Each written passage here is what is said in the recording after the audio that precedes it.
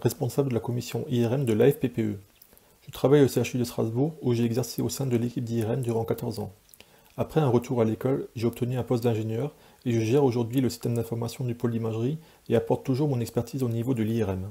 Je vais déjà commencer par présenter l'histoire très riche de la commission IRM et j'y reviens donc en 1987 à Autrans dans l'Isère où une équipe de manipulateurs de l'unité d'IRM de Grenoble a organisé les premières journées d'IRM des manipulateurs.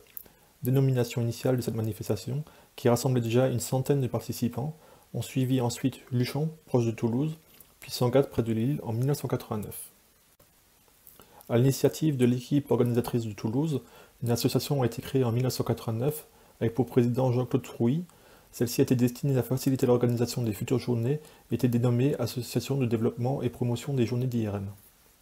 La commission IRM naît en novembre 1991 après le rattachement de cette association à la FPPE sous forme de commission professionnelle. Thierry Munier devient responsable de la commission en 1995 et ceci jusqu'en 2001.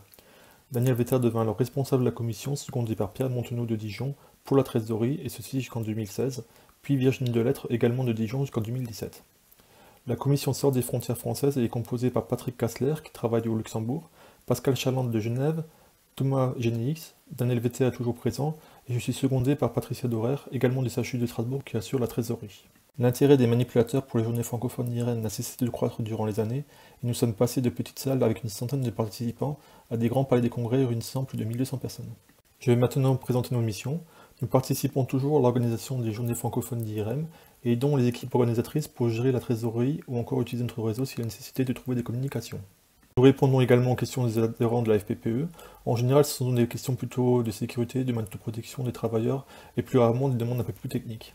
Avec Daniel Vetter, je participe également à un groupe de travail organisé par la SFR sur la magnétoprotection, et nous élaborons des référentiels de formation qui font suite à la publication du décret 2016-1074 relatif à la magnétoprotection des travailleurs. Ce groupe de travail souhaite également se regrouper au moins une fois par an afin de discuter des divers problèmes de magnétoprotection. Enfin, nous participons occasionnellement à l'élaboration de fiches d'information. L'an passé, nous avons été contactés par l'Institut national du cancer, qui souhaitait avoir une relecture de ces fiches, ou encore par l'association Coactis Santé, qui s'engage en faveur de l'accès aux soins pour tous, et tout particulièrement pour les personnes vivant avec un handicap. Voilà pour la présentation de la commission IRM. Je vous remercie pour votre attention, et j'espère vous retrouver durant les prochaines journées d'IRM de Dijon, qui devraient avoir lieu les 25 et 26